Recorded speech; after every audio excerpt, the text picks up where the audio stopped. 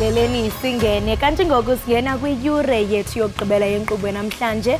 Wena ke uqale nathi inkqubo uzibonele ukuba sithululeka ngakoko kweliselwa lethu. Kwaye ke sinethemba lokuba ufunde nto nakudliwano-ndlebe besinalo malunga nomba wonyulo lonyaka ozayo. Kulo ke usandulungena kule yure ndingatsho ndithi kuninzi okukuphosileyo wena mbukeli wam. Kodwa ke asikayiqubudi le fatyi ngoko ke hlala nathi sizawuhlala nawe. Side ke siyonqandwa yilaa ntsimbi yokugqibela. Isendim lokoloku unonkanyezi kalubisi. Inkanyezi enomsantsa phakathi kwezinye ndihamba naye uMamtshali.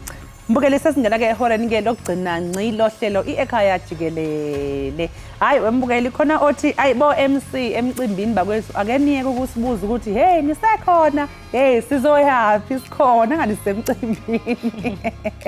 Mbukeli ke sesingena ke ehoreni lethu lokugcina kanti njengamanje ake sibheke ihamba phambili.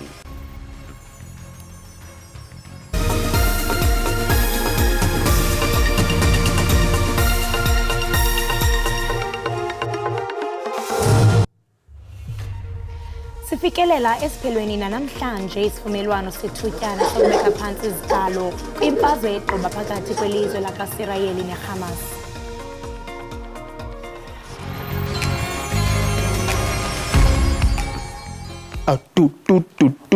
Hey, singambiza no chup. You know what it is, ngubixhosa lona hlala ubukele Ekhaya Jikelele from Monday to Friday sikuphathele zemidlalo, entertainment and current affairs. Ungaphoswa.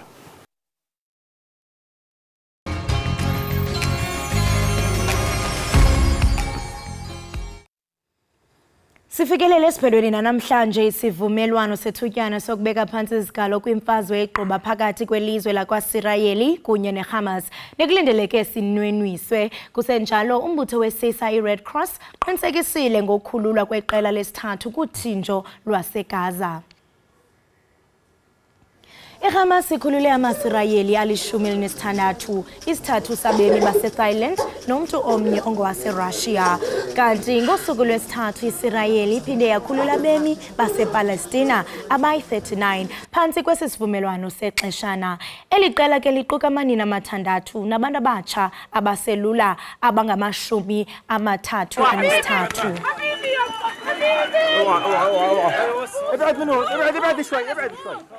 Ukucisha kongakagesi kulindeleke ukuthi kuhlale esigabeni sesithathu nesesine kuze kube impela sonto. I-Eskom yehlisele ukucisha konga esigabeni sesithathu ngehora lesihlanu namuhla ekseni izobeke isibuyisela kwesesine kusukela ngehora lesine namhla ntambama. Lolu hlelo kulindeleke ukuthi liqhubeke kuze kube uLwesine.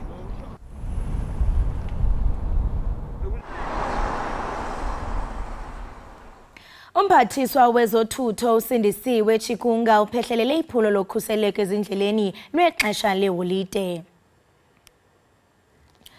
Umphathiswa uthi iphondo ngalinye linike umsebenzi wokunciphisa ukubhubha kwabantu kwindlela.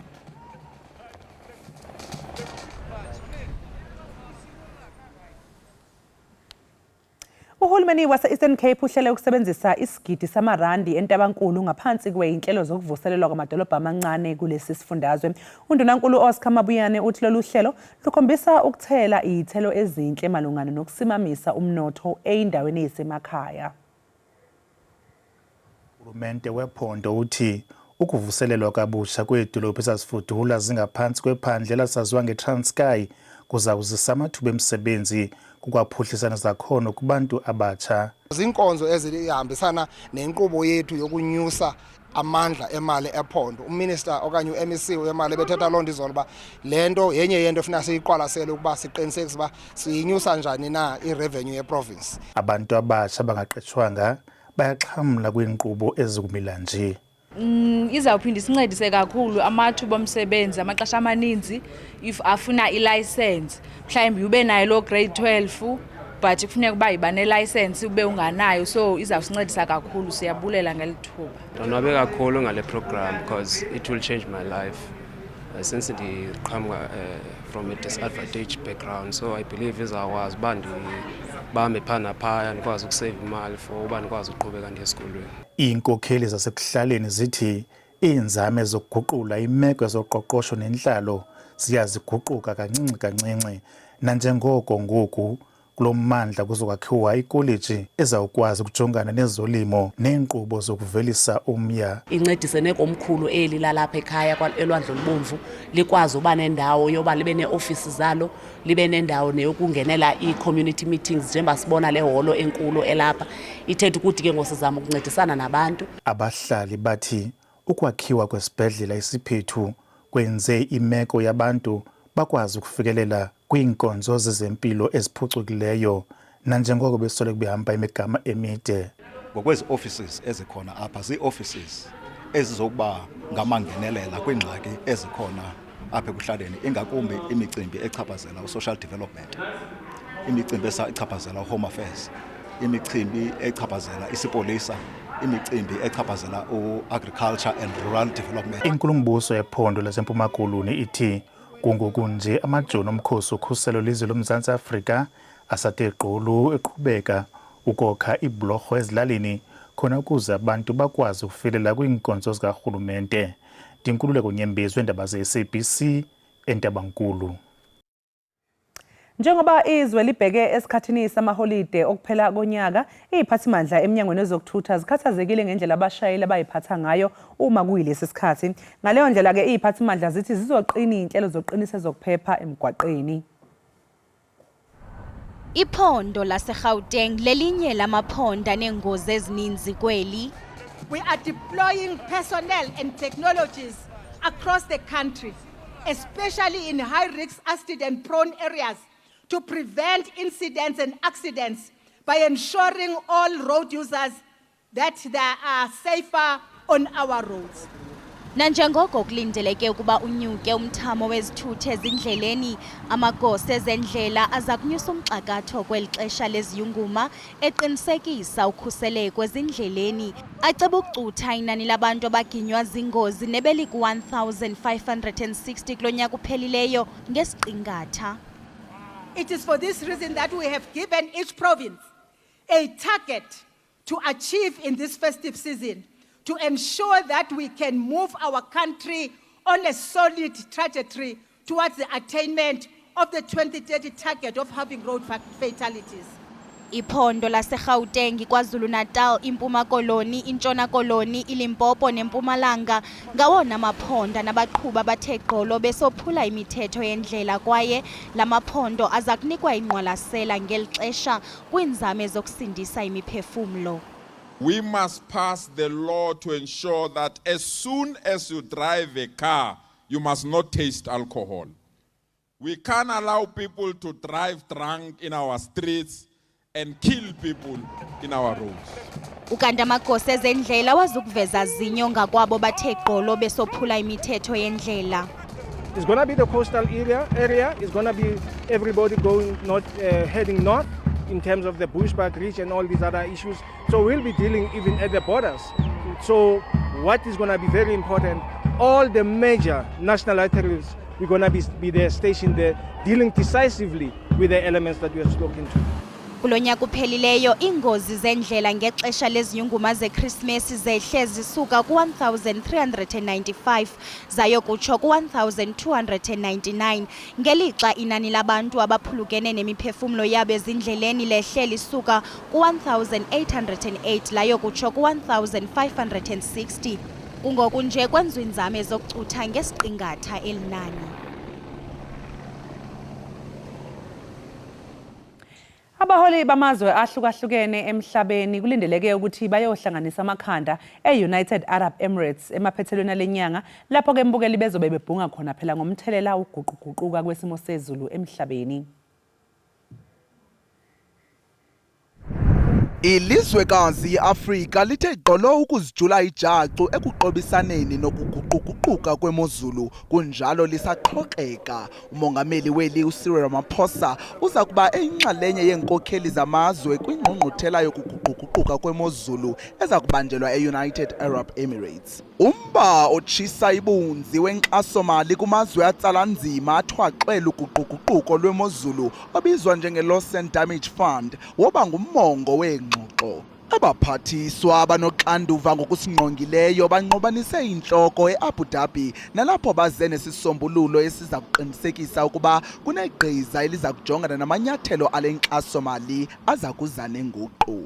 Compensation for loss and damage is necessary, but equally important is prevention and financing for adaptation so that we can build climate resilience. Unobhala Jikelele wembumba yamazwe uAntonio Guterres uphokoze imbilini yakhe ngonyawo lonwabo kumanyathelo okuqobisana nokuguquguquka kwemozulu. The crucial aspect is the addiction to fossil fuels.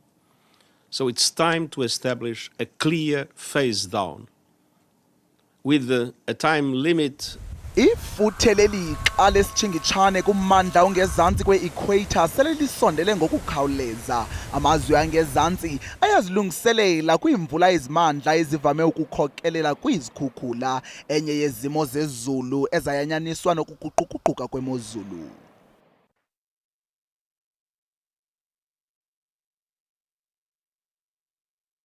Inkulu baphathiswa yaseMpumalanga uRifilwe Mchweni Tsipane umemelele kumagosa onyanzeliso mthetho enze nangakumbi ukhusela abahlali ngexesha leziyunguma. Phethelele iphulo lokhuseleko ngexesha leziyunguma eMiddleburg ephelekwa ke ngumkomishanala wamapolisa kwiphondo uSimakeleng Manamela namanye ke amagosa karhulumente.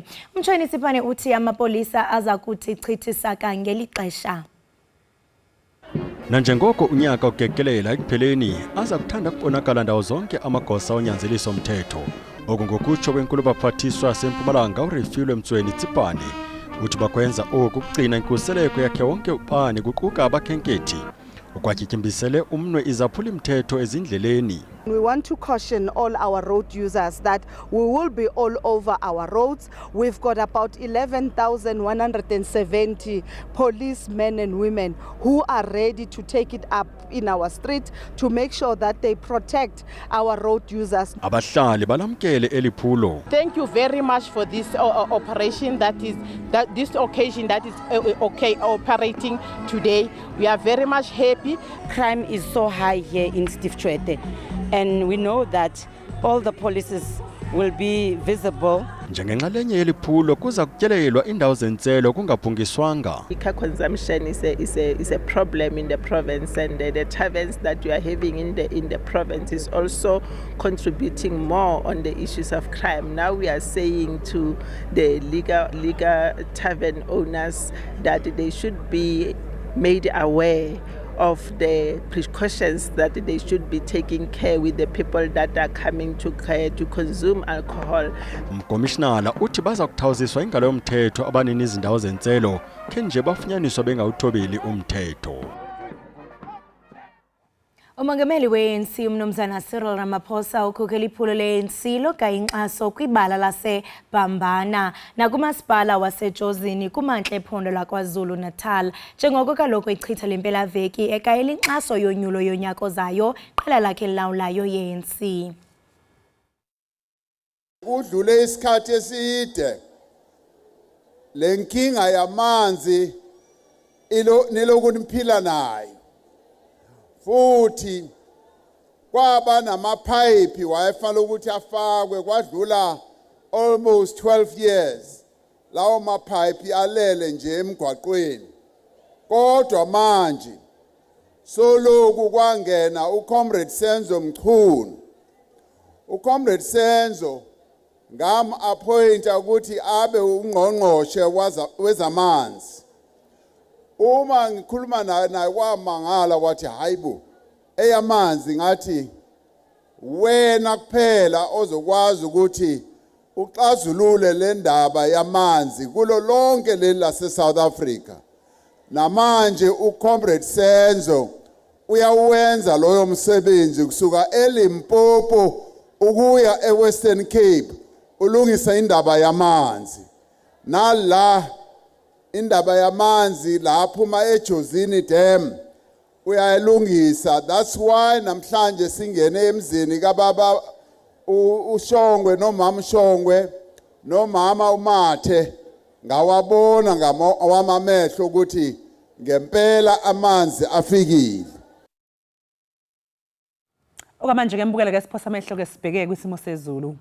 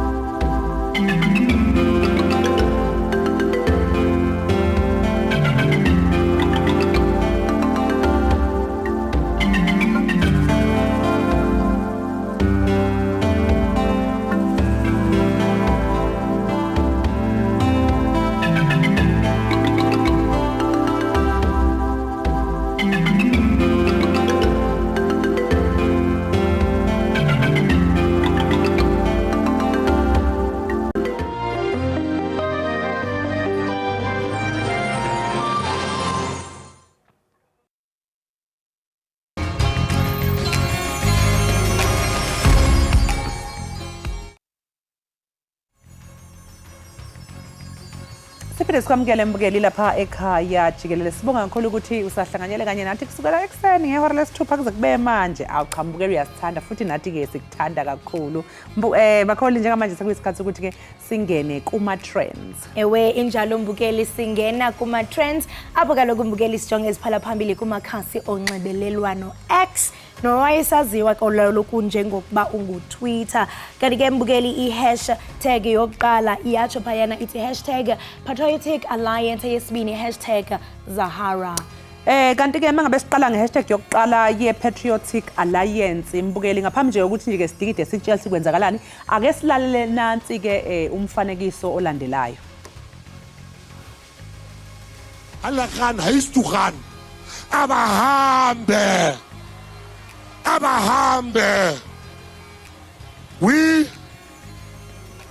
we don't want illegal foreigners here. Where the PA, after we've been sworn in, I'm going straight to Rahima Musa Hospital, where we're going to switch off the oxygen of illegal foreigners.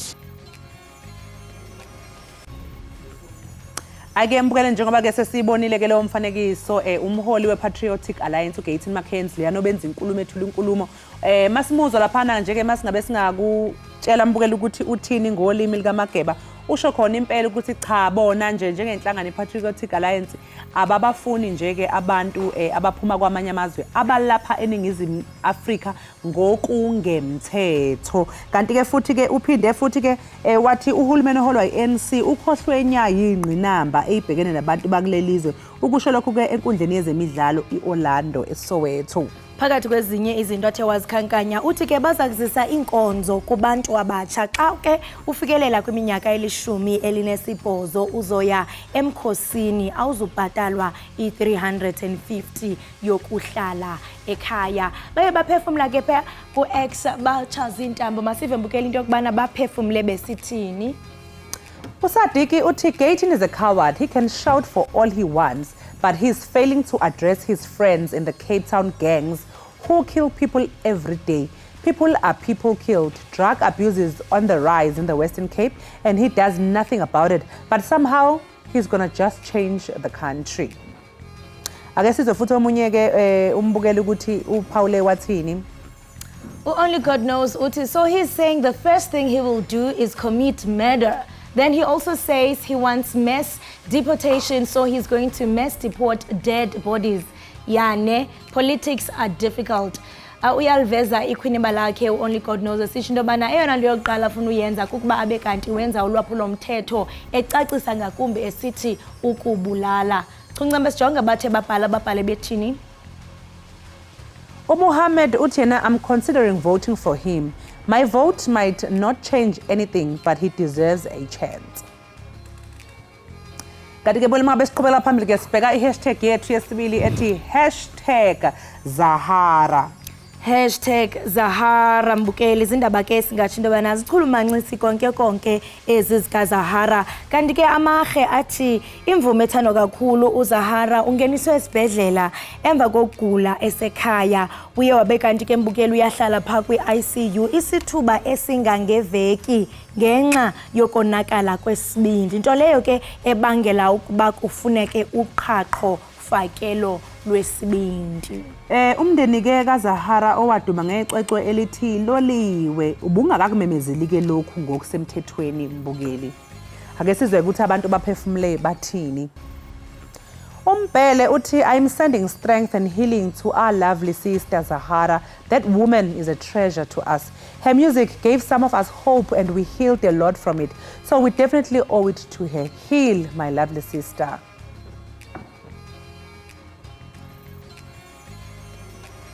Kanti uMonwabisi Mbonda naye ke uye wahlomla esithi I pray Zahara gets well soon. She still needs to give us more beautiful albums. Uyatsho naye thandaza ezeka mzekweni into yokubana uyathandaza uba angaphila.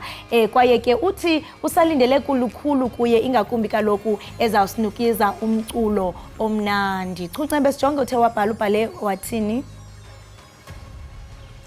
Jikelele uthi, I'm not someone for pointing fingers, as for will always point back to me. So get well soon, Sisi. We need you back doing what you do best. Jikelele uthi, I'm not someone for pointing fingers, as for fingers will always point back to me. So get well soon, Sisi. We need you back doing what you do best. Uyasho yena ukuthi hayi yena akasiyena ke umuntu ohlulela abanye abantu emfisela nje ukuthi sengathi ke angalulama ngokusheshsha uZahara. Nathi kaloku apha ekhaya Jikelele siyathemba into yobana sisi wethu uze ulwe kweso sibhedlela ukuso. Nathi ke singuMzantsi Afrika sibambene ngezandla ezinye sisithi Zahara phila ntombazana. Sisakulindile kwicandelo lomculo. Kanti ke Mbukeli kukangaka ke siniphathele kona kumaqonga kaX. Singathanda kaloku ukunikhumbuza uba izimvo ezithe kaloku zahlonywa ngezabantu ababhalele ikhasi likaX zingenanto yokwenza nalo iziko le-SABC lihaye okanye le nkqubo ijongileyo Ekhaya Jikelele. Sisithi qhwike Mbukeli evenkileni ungagunqi.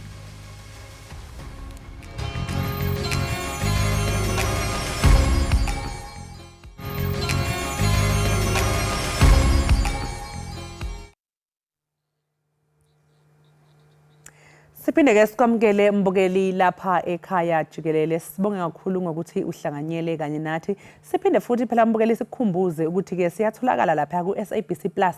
Wena nje okwakho ukuthi udownload i-app ethi SABC Plus. Mangabe usudownloadile Mbukeli uzobona lapha na kuyavela ko SABC 1, SABC 2, SABC 3. Uzabe usumbona lapha phansi uSABC lihaye. Ilapha ke esikhona thina si ekhaya Jikelele. Kanti siyabonga kakhulu kunina ke babukeli enisibuka ku SABC lihaye. Kanti mangabe siqhubekela phambili ke nezindaba esiniphathela zona ngokophiko lwezempilo lenhlangano yezizwe iWorld Health Organization, abantu abayigidi eziyishumi-15 emhlabeni wonke baphathwa isifo sohlangothi minyaka yonke.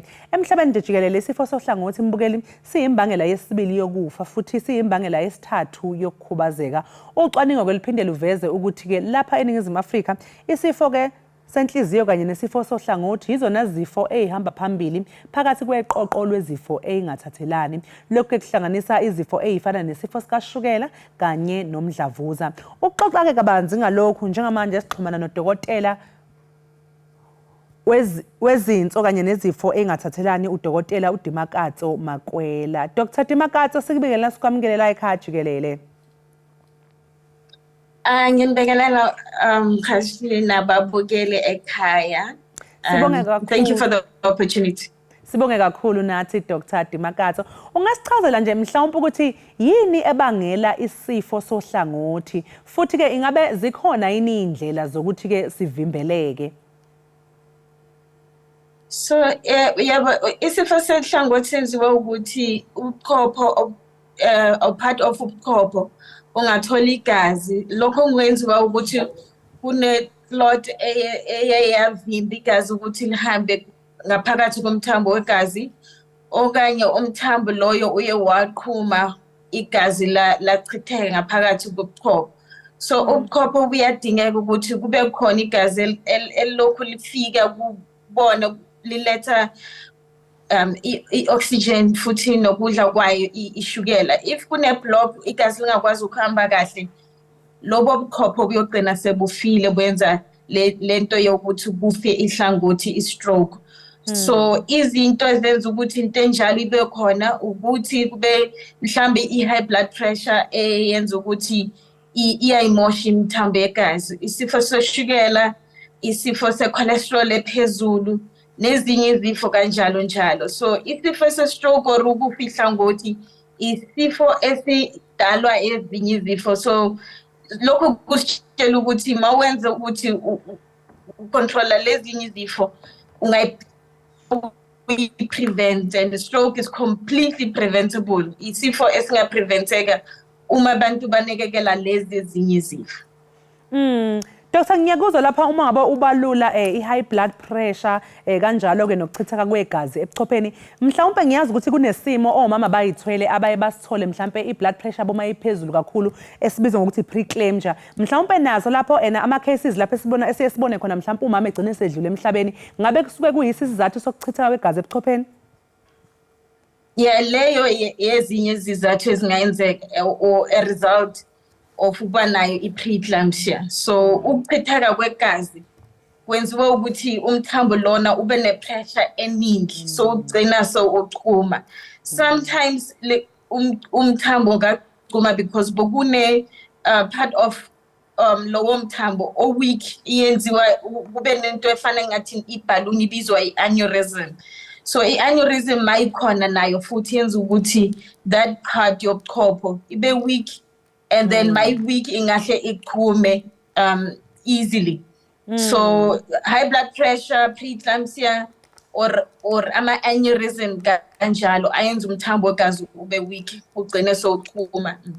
Manje Dr. mhlawumpeni indaba mhlawumbe zo stress uma ngabe mhlawumbe usunokhwantela loluphezulu kakhulu stressed kakhulu mhlawumbe nakho ngiye ngizwe ngathi kuthiwa nakho kuyalidela ekutheni ugcina usushawa i-stroke ngenxa yokuthi kune pressure. Yebo kunjalo i-stress prolonged sithatha isikhathi eside ukuthi usehlise siyayenza ukuthi umzimba ulokhu ukhipha adrenaline namanye ama-hormones anjalo akhuphula i-blood pressure. So i-stress is for a long period esingacontroleki siyayenza ukuthi umuntu abe ne-high blood pressure, and high blood pressure iyo then eyenza ukuthi kube nezifo zenhliziyo, kube nalezi zobo-stroke kanjalo njalo. Phambilini Dr. siyazi ukuthi isifo sohlangothi besidlange kakhulu ke ebantwini asebekhulile. Nokho ke impiko yakamuva ikhombisa ukuthi lesi sifo sesiyanda ngisho nasebantwini ke abasebasha.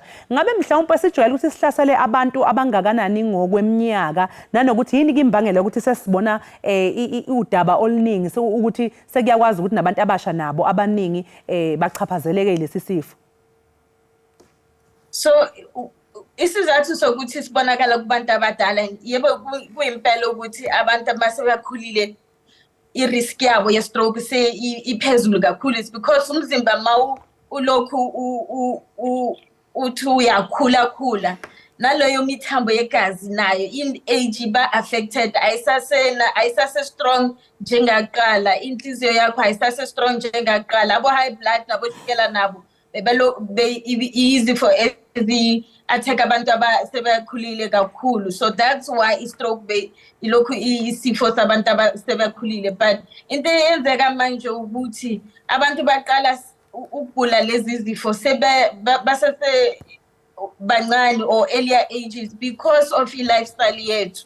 So lento yokukhula nokuthi into ebizwa biological age ayisafani nakudala because i-lifestyle yethu ukuthi sidla kanjani, si exercise kangakanani, or siphila impilo enjani, impilo yamanje ine-stress esikhulu. I-stress like siceda uku-explain ukuthi siyayenza ukuthi umuntu abe na-high blood nezifo zenhliziyo kanjalo. So imizimba yethu biologically ayifani nakudala. Kuyenzeka ukuthi umuntu bathi chronological age yokuthi uzalwe nini ithi una 20, but biologically umhlola lo muntu ucheck umzimba wakhe ukuthi unjani ulingana nomuntu ona 40 because i-aging yakhona iyashesha ayisafani nakudala. That's why lezi zinto sezenzeka kwabantu abasase bancane than in the past. So what we are seeing into sibona manje ukuthi nalento yokuthi kune stress esiningi, kune high blood pressure because of lifestyle yethu, ukuphuza kakhulu nayo kuyayidamage imithambo yegazi, alcohol eningi, and ilezi zinto ezenza ukuthi manje sekuyabonakala ukuthi nabantu ama-ages below 40 nabo sebeyaqala ukuthi babe nokufa kwenhliziyo in more than in the past. Dr. Kaningi-ke abantu abasinde kulesi sifo sohlangothi kuye kuthiwe basengcupheni futhi ukuthi baphinde bahlaselwe lesi sifo. Ngabe yini kokubangela lokhu? So isifo senhlangothi njengoba ngiceda ukusho sidalwa ukuthi kunenkinga lana emzimbeni, kunesinye esifo esidala lokho yakokufa kwenhlangothi. So masiqala sikuphatha siyatshela ukuthi umzimba unenkinga, kumele iyathendwe leyo nkinga, and if ayisolve yaleya nkinga izophinda futhi ilokhu iyenza lesi sifo over and over again. So if i-high blood pressure yakho iyayenza ukuthi idamage imithambo yegazi, ushaywe isifo sehlangothi, ingatreatwa futhi izophinda iyenza futhi. If kunenkinga yenhliziyo, sometimes ibe ukuthi inhliziyo ayishayi kahle or lama valves wenhliziyo ayayenza ukuthi igazi lilokhu lihlala lapho, liyayenza ama-clots ngaphakathi.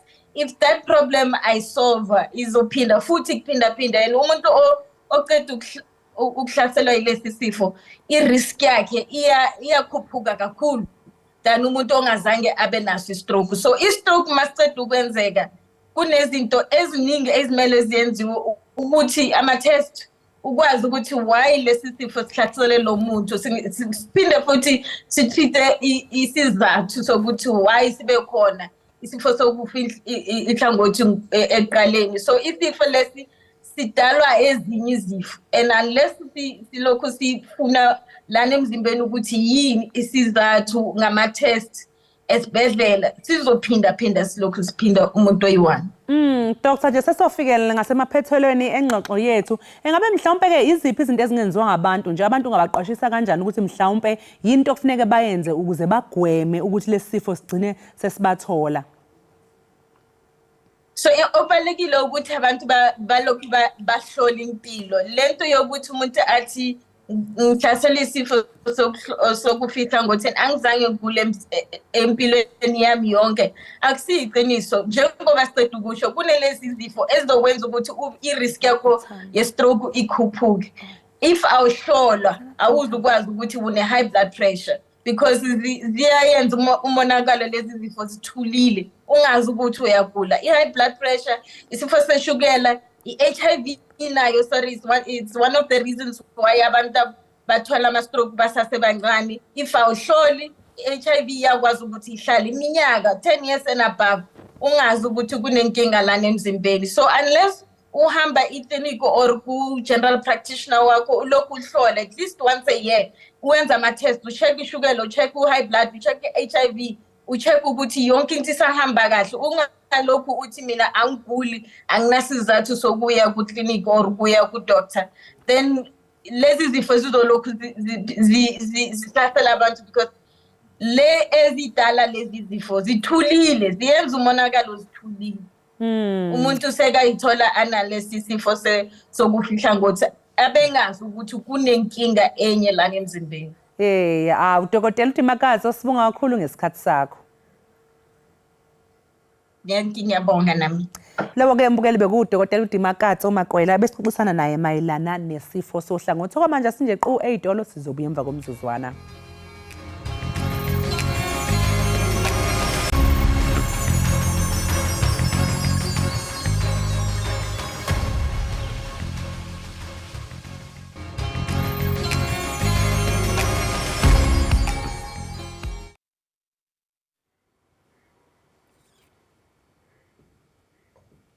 Enkosi kakhulu mbukeli ngokuhlala nathi sasibukele apha ekhaya jikelele kanti ngoku siphonononga incwadi ethi I was raped but I came out free. Umbali ke wase Mount Elif emaXesibeni uZisanda Nkonkweni ubalisa ngamava wakhe abuhlungu okuxhatshazwa ngokwesondo izihlandlo ezithathu ezahlukeneyo ukoyisa umceli mngeni onzima wokumane ecinga ngeziziganeko zibhlungu kangaka.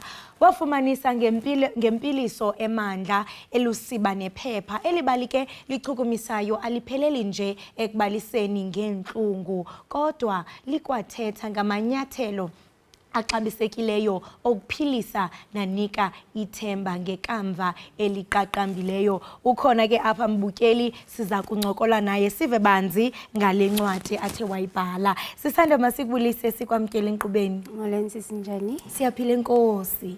Ndiyaqonda ubana usuke emaXesibeni wayikhombe yeRhawutini. Nakanjani? Siyakwamkela kusekhaya ke apha ekhaya jikelele. Sisanda wathatha usiba nephepha. Waphosa imbilini yakho wazityandikila ngamava wakho apho usisho into yokubana I was raped but I came out free. Yintoni mhlambe yakukhuthaza uba ubhale ngento enzulu olhlobo yakwehlelayo? Iminyaka emininzi ne ndandihleli with this ndingayazi uba ndizoyithini. Kodwa ukuncedakala kwam ndaye ndaqonda uba bangaphi abantu out there abadinga ukuncedakala. That's where passion yami yokubhala ngale ncwadi yavela khona. It was no longer about me kodwa abanye abantu phangaphandle. Uthetha ngabanye abantu because I'm looking at the table of content. Uyiqala phansi ngebali lakho, the pain, forgiveness, breakthroughs nako konke. Ndiqinisekile xa ubhala le ncwadi ndiyafuna into yobana usikrobisele into yobana ubukwesiphi stage of healing and xa uzawubhala ngento mhlawumbe eyakwahlalayo usacinga mhlawumbe kuvuka nezamvakalelo zoba yo this is how I felt at that moment mhlawumbe ubreak it down. Ungasichubela nje banzi about the healing process nawe ube ubhala le ncwadi? Kona akululanga xa wehlelwe sesisimo sokudlwengulwa ayonto ongavele uvuke ngomso uqonda sewele uright idinga ixesha futhi ixesha elininzi even namhlanje ndisathi work on it kodwa the healing process mna yaninceda kakhulu. I realize into yokubana I have to meet uZisanda endingamazi because okoko impilo yami iseboxini ndingayazi bana ndingakhutshwa ntoni. Ukuncedakala kwam I went to the place ekuthiwa iPlum Line kulapho ndadiscover khona uba ngubani uZisanda kahle kahle. Then I came back ke ngondazosebenza mna. Xa sendibhala le ncwadi yonke into kwakungathi iqalela phansi. Inhlungu endandikuyo kodwa ndabe ndizixelela uba ndiyaqhubeka ndayibhala le ncwadi because it's not all about me. Yeah. But you are sharing the story to Yes. heal nabanye abantu. Abanye abantu. And I mean you break down uthetha apha ngamanxeba emotions, the healing process, we overcome njani rejection, learning to love yourself again. Uhlule ke ngoku past because now you are getting to know the new Zisanda omtsha because uthi ebe boxed. Kule ncwadi yakho ndiyarhalela into yobana ezinto endithe ndazibalula uzityhilelele njani umfundi wencwadi? Okokuqala ne thina siyathanda ukungayi-accept into eyenzekile empilweni yethu. Singavumi ukwamkela uba esi simo senzekile ndidlwenguliwe. Number 1.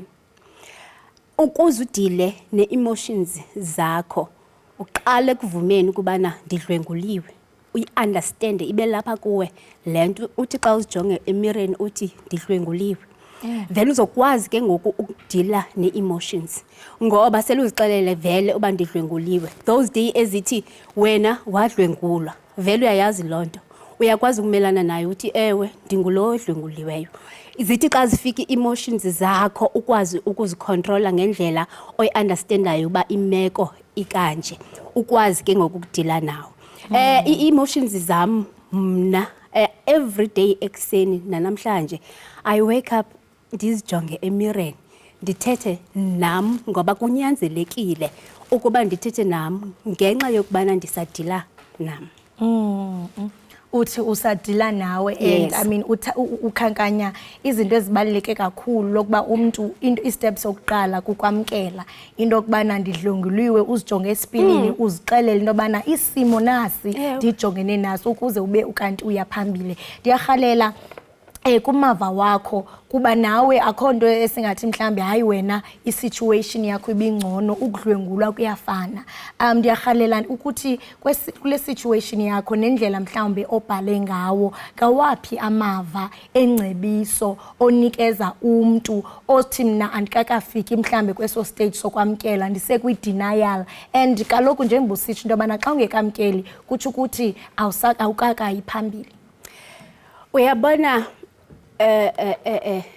apha empilweni ne ifuna xa ngaba ufuna uncedakala wena ne iba ngumuntu ozazi iba ndifuna uncedakala ke ngoko.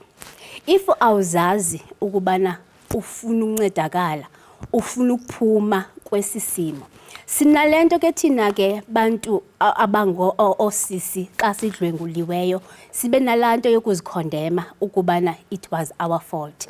Now ufuneke uzazi ba ufuna ukuphuma kwesisimo okuso. Mna ndandingathi ndiligeza because ndandifuna iburden iphume kuwe. Thetha ngesimo odlule kuso.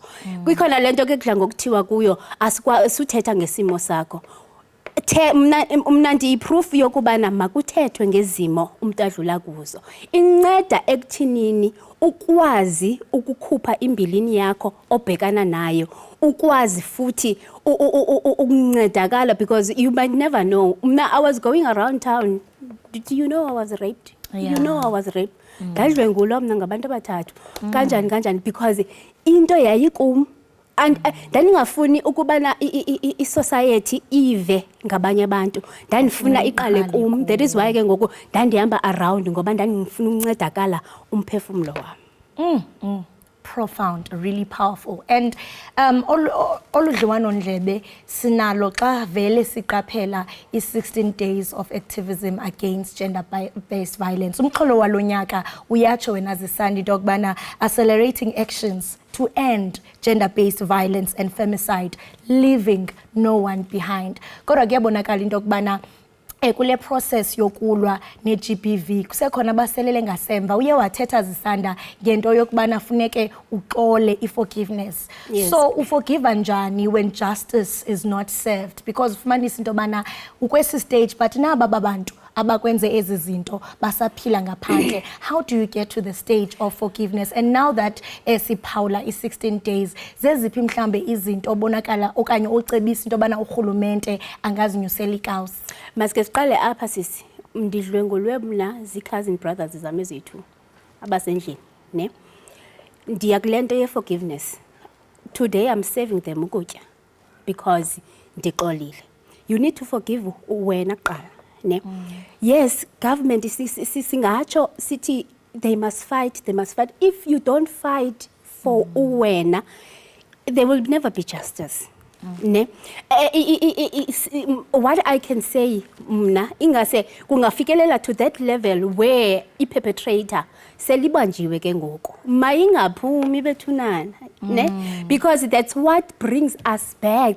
Selumntu ke ngoku evulile icase ne ahambile wayombophisa umuntu 3 days down the line roaming around ufila njani. So mna what I can say apho ke ngenxa nje yexesha sibambe ngazo zozibini ngokuba uzityandikila kule desika yase Ekhaya Jikelele nokubalisa ngamava obomi bakho kule ncwadi. Niqinisekile nobukele Ekhaya uyafuna into okubana akhuthazeke qaba nje ifumaneka phi usinikeza inkcukacha? Isafumaneka kum at the moment ku 0786988947 on Facebook ndinguzisanda Nxokweni, Instagram zisanda_Nxokweni. Sibambe ngazini zisanda. Right, siqala siqonqotha ngolohlobo bukeli apha Ekhaya Jikelele. Besithatha naye kaloku zisanda ebelana nathi ngencwadi yakhe ethi I was raped but I came out free. Ndiyathemba bukeli into bana nawe apho ekhaya into yokubana uvuselelekile nakubeni nje ukulongxubakaxaka enzima. Kodwa ke mbukeli abantu abafana nozisanda singathi into yokubana bayawuphila umzekelo into yokuba ungadlula nakwesiphi na isimo ojongene naso. Ngoko ke qina mbokodo kuyawuvela ilanga. Awu sibonga kakhulu umbukeli ngokusuhlanganyela kanye nathi la ekhaya jikelele. Siyabe futhi kusasa ngesikhathi esifanayo ube nje nosuku olumnandi. Khosi nisale kahle.